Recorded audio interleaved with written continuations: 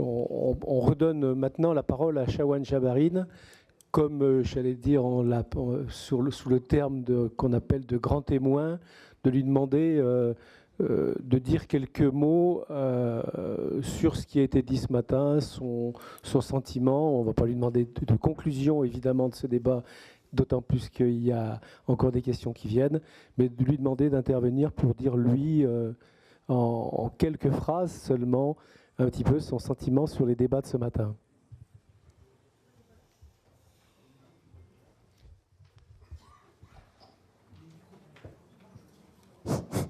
Oui.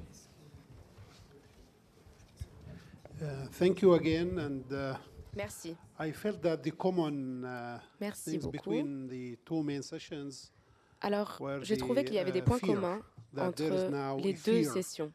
and Et ce deep point commun, fear c'est la peur, when it comes une to the peur freedom of profondément expression, when ancrée it comes to the quant à la protection de la liberté d'expression, quant à l'exercice des droits et des valeurs démocratiques. Et ceci m'amène à la stratégie israélienne aujourd'hui. On sait qu'il y a un ministère qui a été mis sur pied justement, dont l'objectif c'est d'approfondir cette peur et d'attaquer des individus, des personnes, des institutions et des organisations. Juste cette idée, le fait qu'un ministère ait été établi à cette fin spécifiquement, et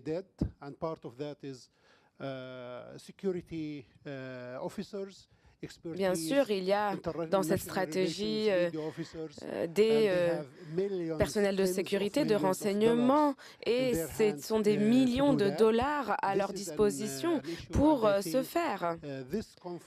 Et je pense que cette conférence, je dirais, à la lumière de ceci, est très importante, puisque cela vraiment nous permet de réagir face à cette atmosphère de peur. Et ce serait très pertinent que les participants, que les intervenants puissent justement parler de ces sujets à la télévision et dans les médias.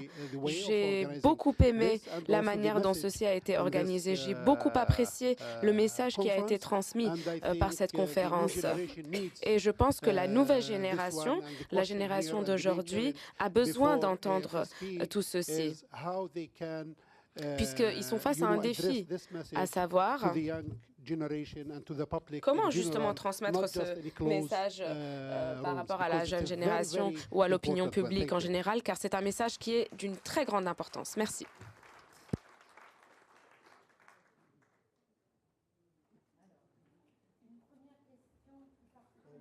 Microphone, s'il vous plaît.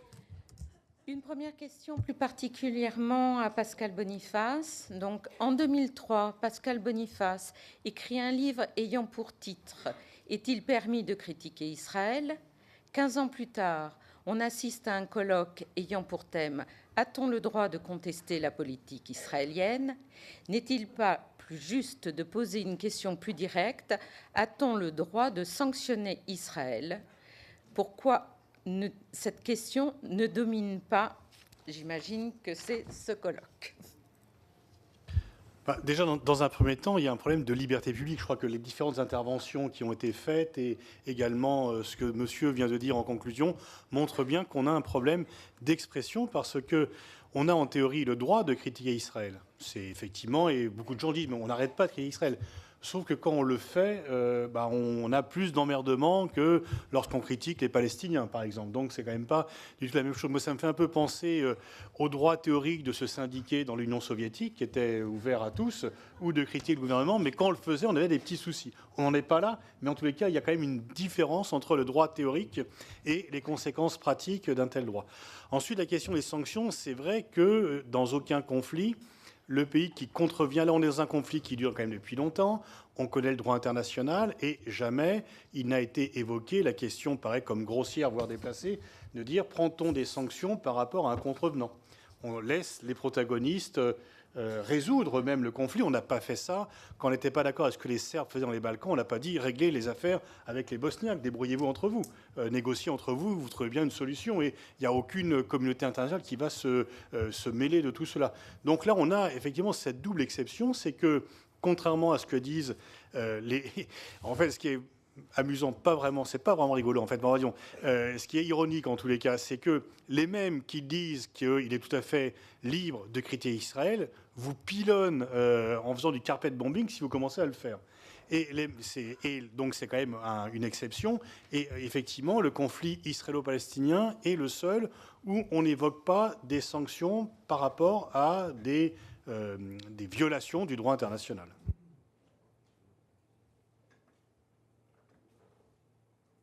Alors, sur les questions pour sur le mal français, j'ai regroupé plusieurs questions que je vais vous lire et puis je pense qu'elles s'adressent de toute façon à tous. Quelle évolution des institutions en ce qui concerne l'antisionisme et l'antisémitisme? Comment se fait-il que Macron n'entende pas le courant de pensée que nous représentons?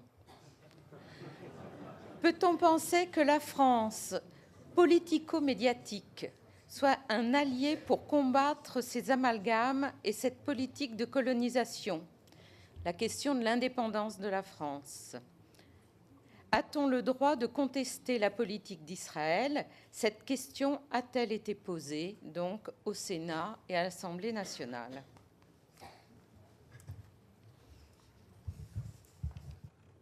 Alors, il y a plusieurs questions.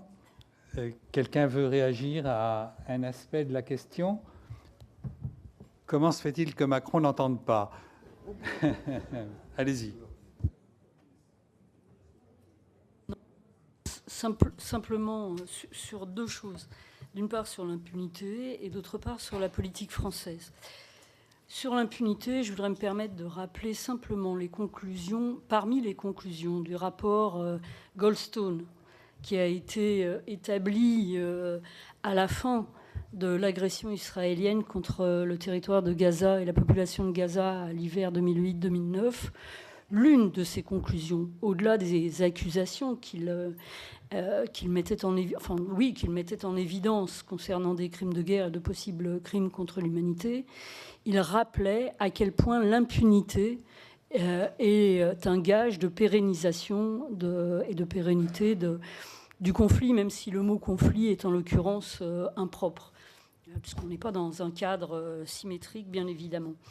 Donc la véritable question, c'est effectivement que faisons-nous ensemble? Quelles sont les responsabilités dans ce monde, donc y compris extérieur, et des sociétés civiles, pour lutter contre cette impunité qui permet la pérennité de ce conflit.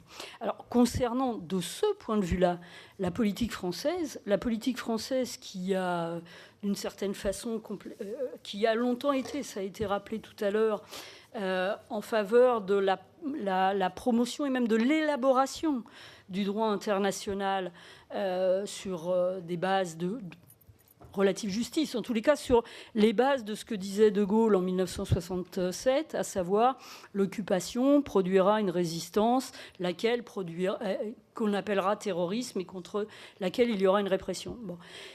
Cette politique, qui a été celle de la France pendant des décennies, a été interrompue, pour ne pas dire carrément rompue et même inversée à la fin, on va dire, de la période chiracienne. Et on ne cesse depuis d'être dans cette inversion qui a été amorcée à la fin du deuxième mandat de Jacques Chirac. Mais ça se manifeste par quoi? Ça se manifeste par l'exact inverse d'une lutte contre l'impunité. Alors, c'est vrai dans un cadre européen, puisque, en gros, la politique européenne qui est mise en œuvre vise à dissocier le politique et l'économique. C'est-à-dire que l'ensemble des accords qui sont conclus à la hausse entre l'Union européenne et le partenaire israélien sont présentés comme dissociés officiellement de l'aspect politique, alors que le politique, on voit bien à quel point il grippe de toute façon toute perspective de développement des relations économiques régionales. Mais on va bien au-delà de cela. sur au moins 2 terrains. Le premier terrain, c'est celui des négociations et de ce qui était dit tout à l'heure sur le tête-à-tête, qui est le seul conflit où on laisse les parties en tête-à-tête, c'est-à-dire en gros l'occupant et l'occupé. Un peu comme si dans les entreprises françaises, on laissait les salariés en tête-à-tête avec les directions sans leur syndicat, en gros.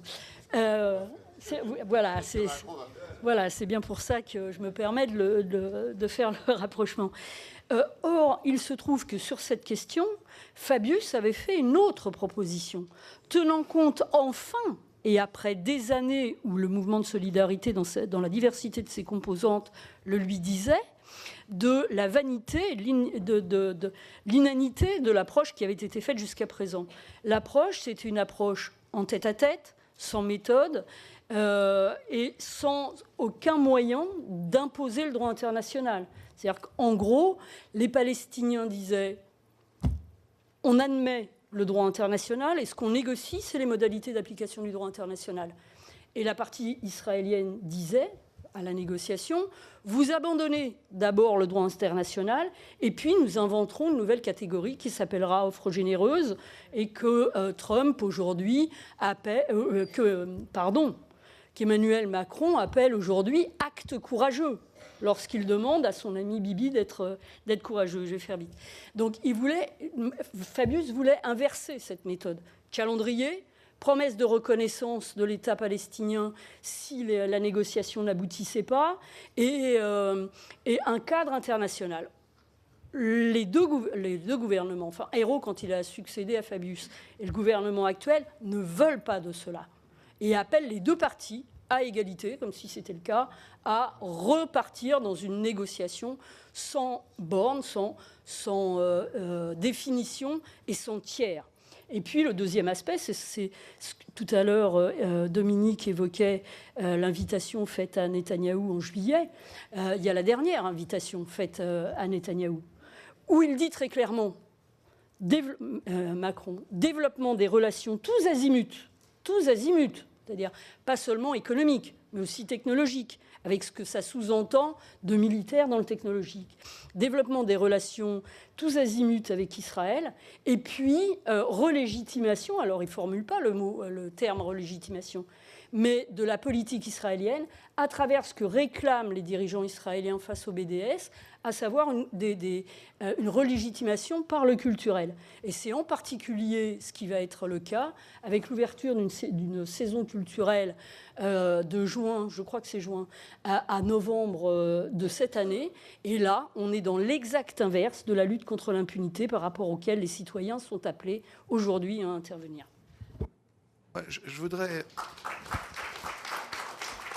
Je voudrais dire des choses aussi brièvement que possible. Premièrement, je ne suis pas à l'aise avec ce système de questions écrites qui font un filtre inutile entre la salle et les intervenants, d'autant que ça amène après à faire des résumés de résumés.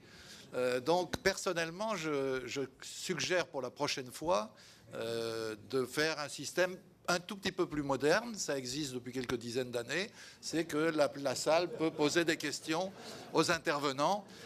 Et d'ailleurs, j'en profite pour dire que si la salle était, comme on le souhaite, avec beaucoup plus de jeunes, ça ne passerait pas, ce système-là. Deuxième chose que je voulais dire, je crois que la question qui a été soulevée comme ça, presque de manière anecdotique, loser ou pas loser, est absolument centrale. Tout le problème est de savoir de quoi on parle. Si on parle de la stratégie israélienne, on est devant le gouvernement israélien le plus à droite, le plus extrémiste de l'histoire d'Israël. Donc on ne s'étonne pas qu'il soit en train de mettre une politique radicale en œuvre avec annexion, remise en cause, je veux dire, des acquis démocratiques du peuple israélien, vote de nouvelles lois répressives, etc., etc.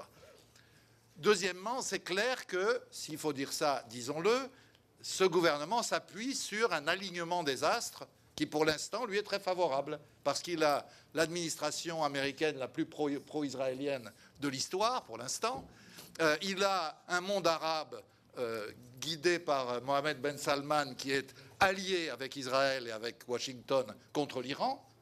et il y a le chaos régional qui marginalise la question palestinienne. Regardez ce qui s'est passé ce week-end.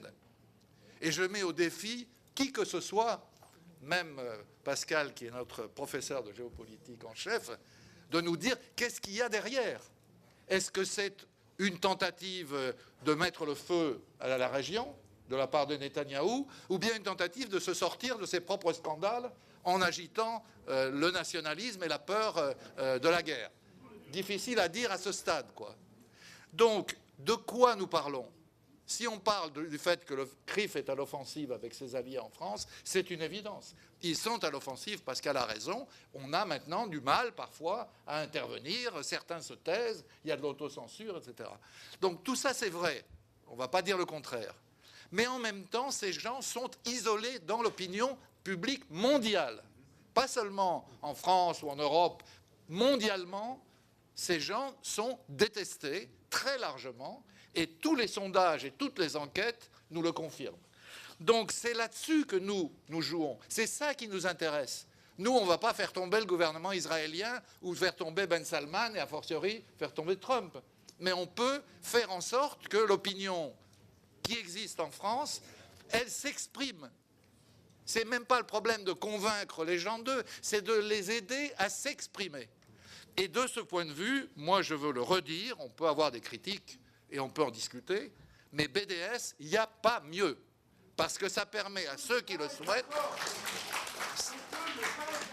On peut ne pas être d'accord, bien sûr, tu vas le dire avec force, mais moi je dis, il n'y a pas mieux pour l'instant, en France, en Europe, dans le monde, pour permettre à ceux qui condamnent la politique de l'État d'Israël de le manifester. Et la preuve que ça doit avoir des arguments, c'est que Netanyahou nous considère, enfin nous, BDS, comme une menace stratégique, et le dit en toutes lettres. J'ajoute à ça, et je termine, ce que Antoine Comte nous a dit tout à l'heure est absolument essentiel. C'est pas seulement que BDS, ça marche, et ça marche en France d'une manière massive, quand c'est fait intelligemment, avec l'effort de conviction, bien sûr. Il faut savoir faire les choses correctement, en fonction de l'état d'esprit de nos concitoyens. Mais en plus, la justice ne marche pas dans la tentative de briser la liberté d'opinion en France. C'est ce qu'Antoine nous a dit. Et j'ajoute, je me permets d'ajouter à ce qu'il a dit, qu'il y a des centaines d'actions de BDS qui ne font pas l'objet de poursuites. Donc ce n'est pas seulement là où il y a des poursuites et que les parquets laissent courir, c'est aussi là où il n'y a pas de poursuite parce que les parquets n'ont pas du tout envie de s'embarquer là-dedans. Et ça, à mon avis, et je termine là-dessus, ça veut dire, et c'est le sens, à mon avis, de ce colloque, mais peut-être Bertrand me corrigera, il est temps que nous passions de la défensive à l'offensive. Nous n'avons pas à continuer à répondre à des gens qui nous accusent de ceci, de cela et de encore ceci, encore cela. Nous avons à développer de manière offensive notre droit à la critique de la politique israélienne qui n'a rien à voir avec quelque forme d'antisémitisme que ce soit. Et plus nous serons engagés dans BDS, et plus nous aurons, je crois, à être vigilants sur ces problèmes pour ne pas laisser prise à qui que ce soit. Dernier point, Macron, écoutez, si vous savez quelle est sa politique au Proche-Orient, vous êtes très fort. Parce qu'il dit pour l'instant tout et n'importe quoi. Il dit en même temps 2 États, il dit Jérusalem, capitale de 2 États, il vote à l'ONU, quand même, au Conseil de sécurité, pour condamner la décision de Trump. C'est quand même pas anodin, c'est pas un détail. D'un autre côté, il fait des mamours, excusez-moi l'expression, avec Netanyahou, il lui donne du cher bibi, il a fait la petite phrase qui m'a permis de faire un livre pour essayer d'être à l'offensive sur ce sujet. Et puis, voilà, moi je crois qu'il ne faut pas essayer de sonder les reins et le cœur de Macron. Il faut se battre pour qu'il entende notre voix. C'est ça qui est important. Et je pense que nous avons des chances d'être entendus. Parce qu'aussi bien sur les problèmes de liberté d'opinion, de liberté d'expression, que sur les problèmes de droit international, le président de la République française, il est quand même tenu, je ne parle pas de François Hollande, c'était vraiment un cas à part, mais il est tenu à un certain nombre de positions, de principes. Et donc il faut l'aider, voilà. Aidons Macron à faire en sorte d'exprimer l'opinion du peuple français et pas celle de tel ou tel groupe d'influence. Voilà un bel objectif.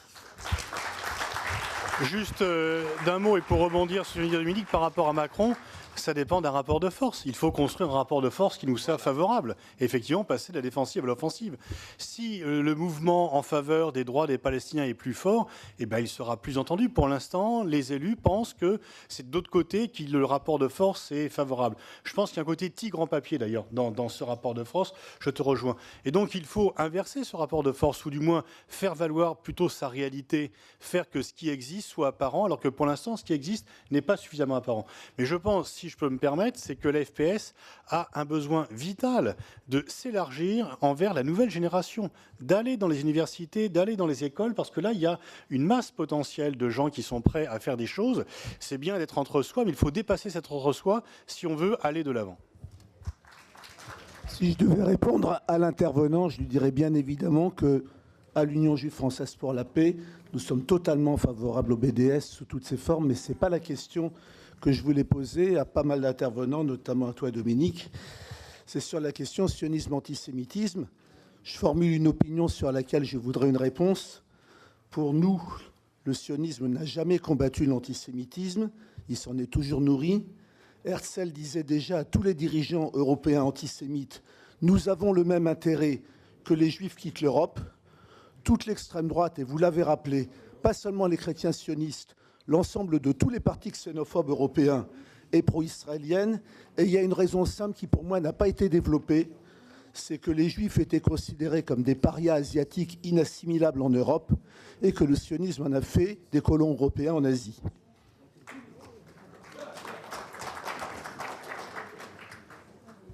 Alors,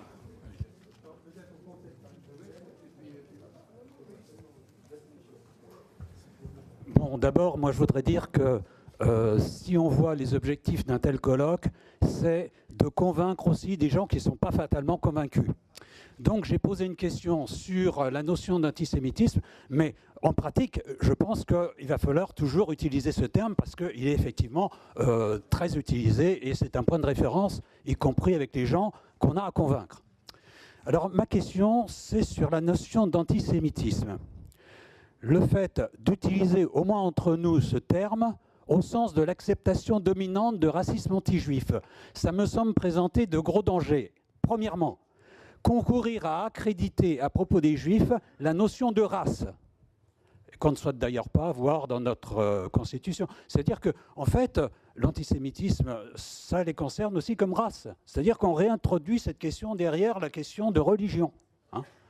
Et ça concourt aussi à évacuer le caractère sémitique des peuples arabes, qui sont complètement exclus de l'antisémitisme.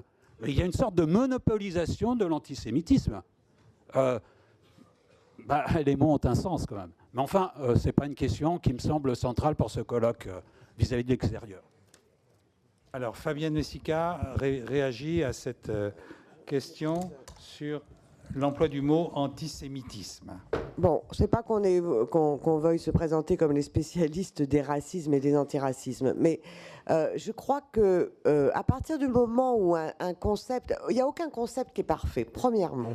Deuxièmement, la question de la race, vous savez, il y a des groupes qui revendiquent qu'on réintroduise le concept de race parce qu'eux-mêmes se disent racisés et donc au nom d'un concept de race. Donc, on a rejeté le concept de race, d'accord, on a rejeté toutes ces notions-là. Le concept de race n'existe pas en France, il existe aux États-Unis, hein, sur toutes à la fois les définitions des racismes et les politiques antidiscriminatoires, contre les discriminations.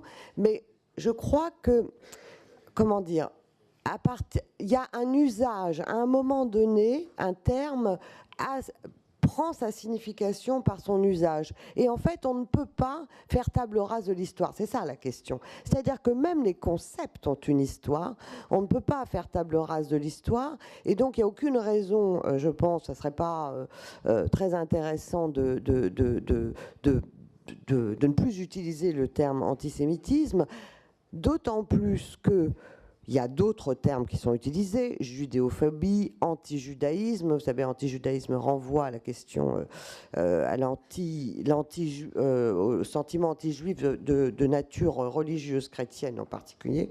Et la judéophobie, c'est le concept qu'a amené Pierre-André Taguieff, que nous sommes, je pense, assez nombreux ici à contester, et qui est d'ailleurs le concept qui est retenu actuellement par le CRIF ou par les gens type Achira, etc.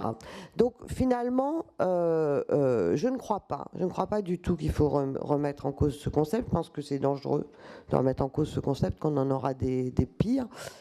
Et je pense qu'on ne peut pas non plus, pour terminer, je l'ai dit tout à l'heure, il y a des gens qui parlent de négrophobie, il y a des gens qui parlent de racisme anti-rome, il y a des concepts d'islamophobie, il y a le concept d'arabophobie, etc. Et nous ne sommes pas là pour discuter ad vitam aeternam de la validité de ces concepts. En tous les cas, ils sont utilisés, et la tendance à dire il y a un antiracisme et il y a une dimension du racisme qui est universelle, mais il y a aussi des expériences historiques, sociales, etc., qui sont singulières. C'est ça la réalité aujourd'hui. C'est-à-dire que, par exemple, quand les gens vous parlent de racisme colonial, ils ne vous parlent pas de n'importe quel racisme. Ils parlent de racisme colonial. Est-ce que vous acceptez l'idée qu'il y a un racisme colonial? Moi, je l'accepte. Parce que je pense que dans le colonialisme, il y a des éléments d'un racisme spécifique. Quand les personnes de peau noire disent il y a une façon de nous traiter comme des enfants et de nous bestialiser, etc., qui est spécifique à notre expérience d'esclaves, parce que nous avons été esclaves, etc., je l'admets, parce que c'est vrai, c'est leur expérience.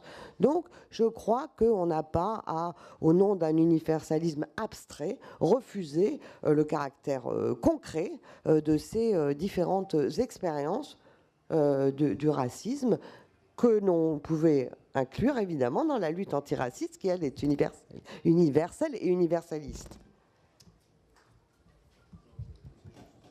Merci Fabienne. Oui, effectivement, ces querelles sémantiques ne sont pas forcément très utiles. Alors, est-ce que monsieur pourrait poser sa question? Allez-y. Excusez-moi, mais il peut n'y pas y avoir que des questions, mais éventuellement 2 phrases pour la justifier. Très bien, très bien. Donc, ma question est la suivante. Dominique Vidal a soulevé le problème suivant, ce qui n'est d'ailleurs pas un problème dans sa bouche, qui est que BDS est, il a dit, la façon essentielle d'intervenir dans la question qui nous occupe aujourd'hui, c'est-à-dire une critique offensive de la politique israélienne. J'espère ne pas avoir déformé ses propos. Je pense personnellement, et je n'oppose pas, mais je dis qu'il y a une question qui est venue de manière sous-jacente et qu'on a complètement laissée de côté ensuite. Nous innocentons les politiques françaises, nous innocentons les dirigeants politiques européens en ne dirigeant pas une action massive sur la question de la suspension des accords de coopération entre l'Union européenne et Israël. Et ça n'est pas pour déplacer le terrain de la discussion. Il y a beaucoup de choses que j'aimerais dire, et malheureusement, évidemment, je comprends très bien qu'on me coupe la parole, mais je voudrais juste ajouter ceci. Ce dont le mouvement de solidarité pour les droits fondamentaux du peuple palestinien a besoin, c'est d'un mouvement majoritaire dans notre pays, et il ne l'est pas. Quoi qu'on puisse en penser.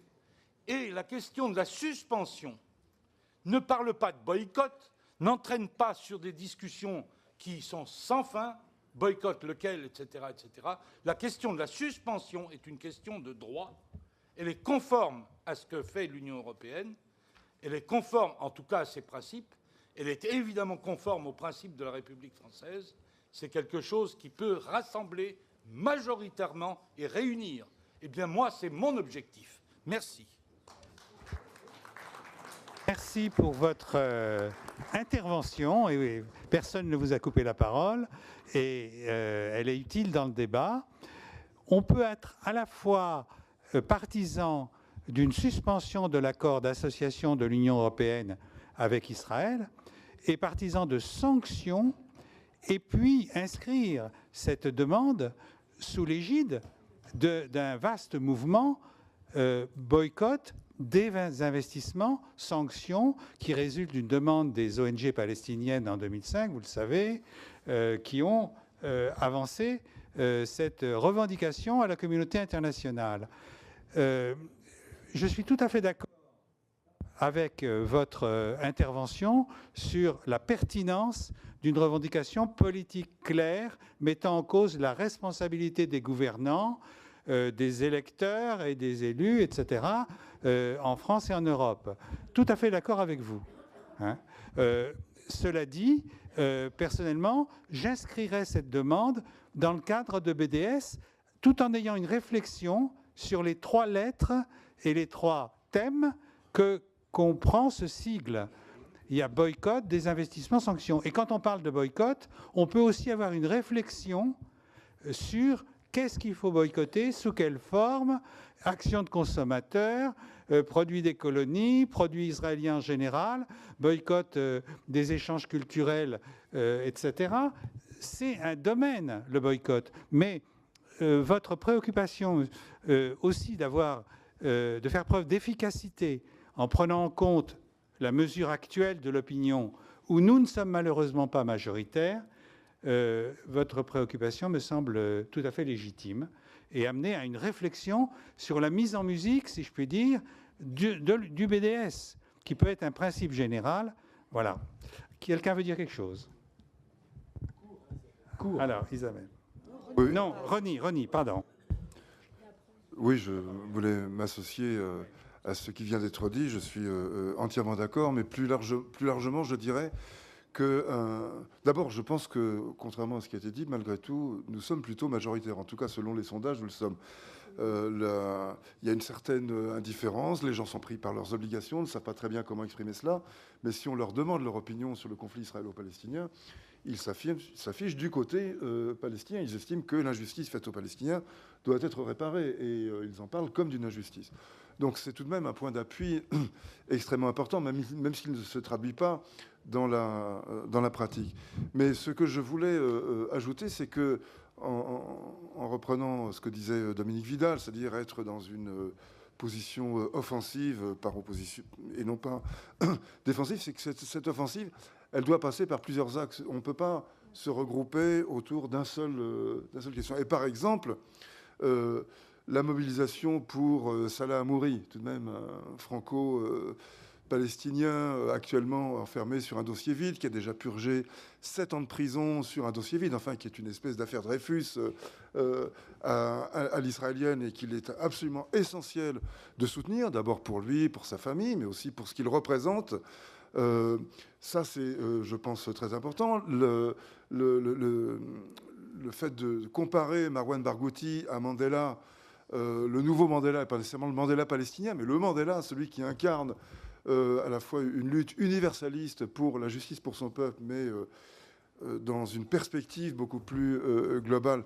Marwan Barghouti doit être également défendu. On devrait voir ses portraits, son nom popularisé de partout. Donc ce sont là 2 exemples de cela. Mais moi, je souscris tout à fait à ce qui a été dit également sur la question des accords d'association, et même d'ailleurs sur l'intégration d'Israël comme membre de plein droit de l'OCDE, en intégrant au calcul de son PIB les produits des colonies, donc en quelque sorte en endossant, en légalisant sur un mode commercial l'annexion des territoires palestiniens. Voilà, c'est de façon étagée autant d'enjeux qui peuvent servir de point d'accroche à un militantisme qui ne peut pas s'exprimer toujours sur la même chose, sur les mêmes objectifs.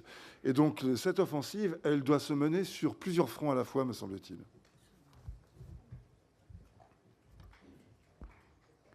Compte tenu de l'heure, il va falloir prendre peut-être une dernière question. On n'a pas répondu à celle de Pierre Stamboul, hein, qui me paraissait importante. Je ne sais pas si Ronnie voulait... Non, Ronnie, tu veux répondre à Pierre Stamboul sur sionisme, antisémitisme et le rapport à l'histoire de la complicité entre... J'ai plus sa question en tête, excuse-moi, j'ai eu un moment d'inattention. Puis je pense que Fabienne a... Enfin, moi, je me reconnais tout à fait dans la réponse que Fabienne Messica a faite. Donc, oui. Bon, on peut peut-être prendre une dernière question, parce qu'on arrive au terme. Allez-y. Il y a 2 mains de levées. On va prendre les 2 qui sont levées maintenant, et puis après, on arrête. Malach Abdelkader, je suis adhérent à la FPS Nord-Pas-de-Calais. Plus près de... Question, oui. Une question très simple. Très simple. Plutôt que d'utiliser le mot antisioniste, qui nous pose tant de problèmes, pourquoi ne pas simplement se limiter au mot anticolonialisme? Première question. C'est très simple, tout le monde comprend, et on évite les problèmes. Et ben oui. Alors, je me permettrai de suggérer une petite idée, à savoir les manifestations.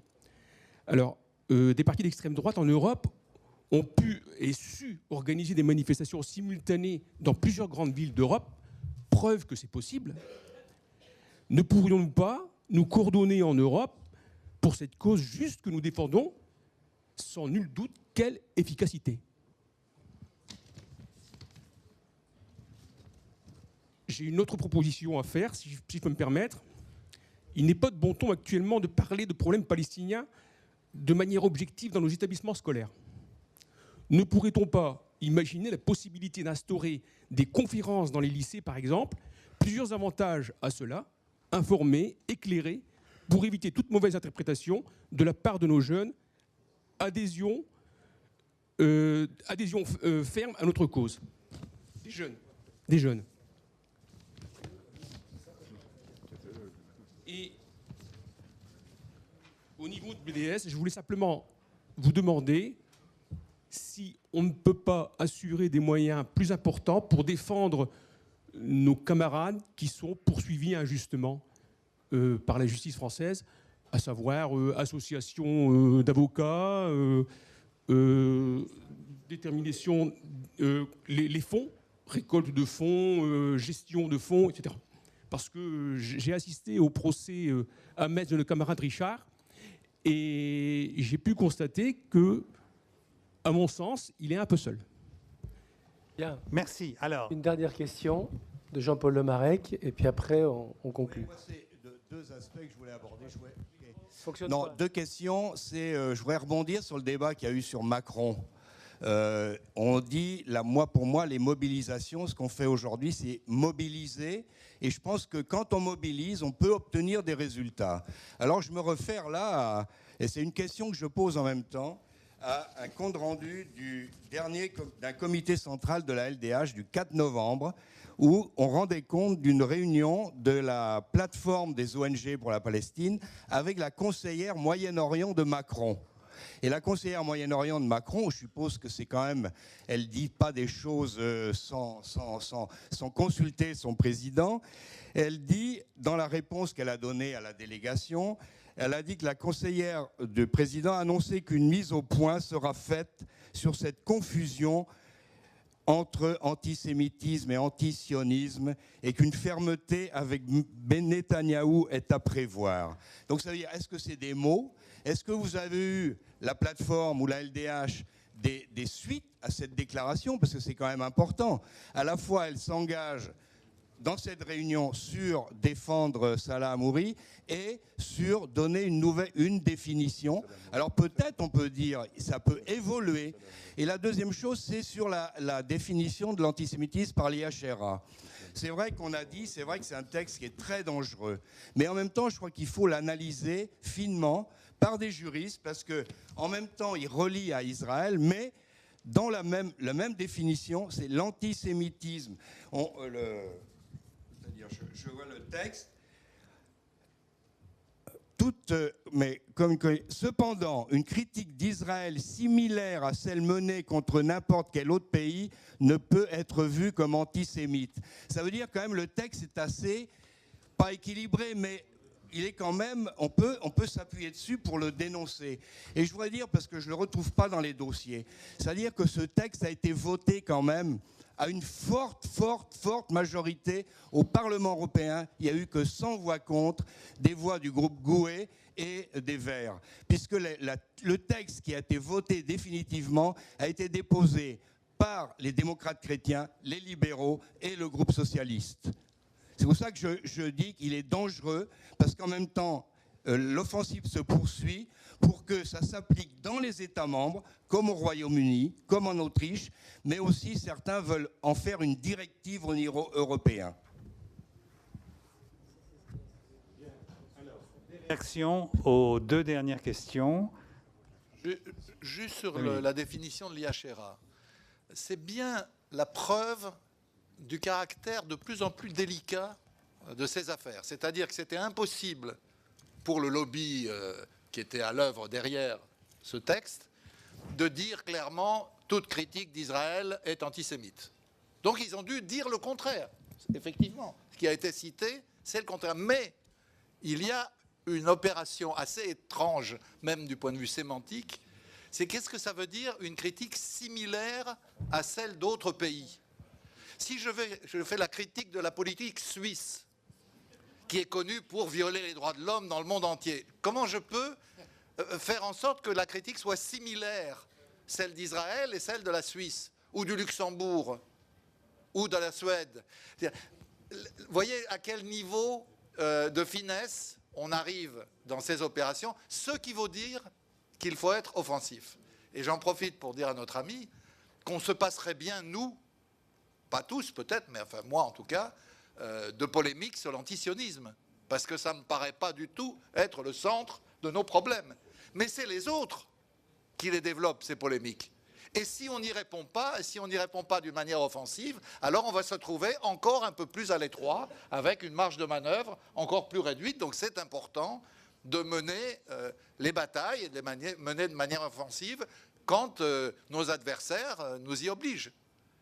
Encore une fois, antisionisme, moi j'ai vécu pendant 20 ans à la FPS sans que ce soit le mot qu'on mette en avant au centre de notre activité. Maintenant que le président de la République en parle le 16 juillet et procède à un amalgame entre antisionisme et antisémitisme, on ne peut pas rester silencieux.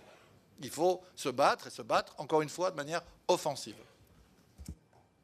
Merci, mais le concept d'anticolonialisme qui a été souligné par l'un des intervenants de la salle me semble aussi très important à réhabiliter et à mettre en avant, parce qu'il s'agit bien d'un fait colonial, et là tout le monde comprend ce que c'est, parce que ça s'est fait ailleurs, contre d'autres peuples, et on sait que c'est attentatoire aux droits de l'homme.